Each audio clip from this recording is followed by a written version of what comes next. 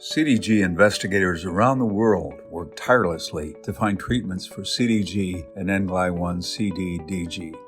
We want to understand the reasons behind the health problems that affect these individuals and then to find new and better ways to improve the symptoms or to treat the underlying disease itself. That process of finding new treatments is called a clinical trial. Participants in a clinical trial are really CDG pioneers who lead the way for the entire CDG and NGLY1 communities. First, before a clinical trial can even start, we need to be sure that untested treatments will be safe for medically complex patients. And that starts with scientific and medical investigators working through large piles of important governmental regulations. The very first trials in patients are often safety trials and sometimes involve testing a treatment on a single patient. It's called an N of 1, or in a small group of patients as open-label studies, which means that everyone knows the patient is getting the new treatment. These studies check for safety, but investigators will also look for evidence that the treatment is improving health. But that is not the main purpose of these studies. To determine whether a new treatment is actually helpful requires a larger study known as an efficacy trial. Of course, everyone, the investigators, patients, families, all hope that this new treatment will work. But this hope can lead everyone involved in the study to see signs that the treatment is really working, but maybe ignore evidence that it's not working. To avoid this bias, investigators use randomized, double-blind, placebo-controlled trials. Now, what does that mean? Well, in these types of trials, everyone is unaware of who receives the new treatment to keep everyone honest about whether the new treatment actually helps the patient or not.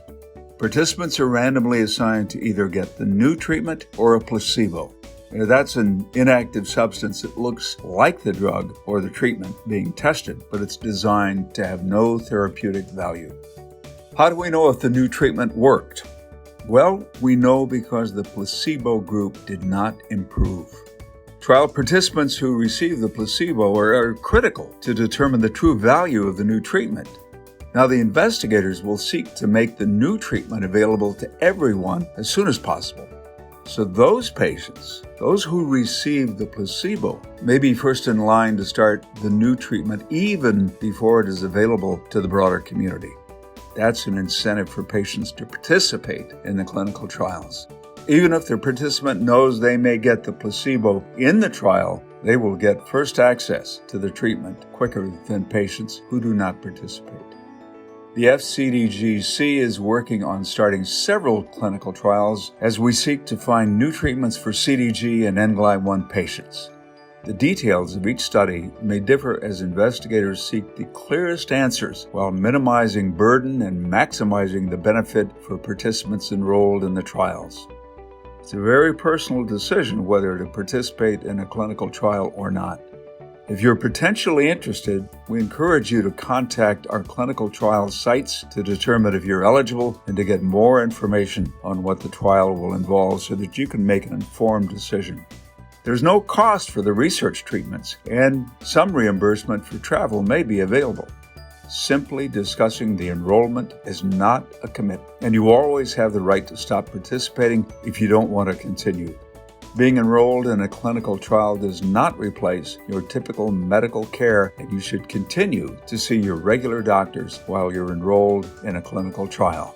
You can see what trials are currently available at clinicaltrials.gov and at the FCDGC website at www.rarediseasesnetwork.org/FCDGC/studies.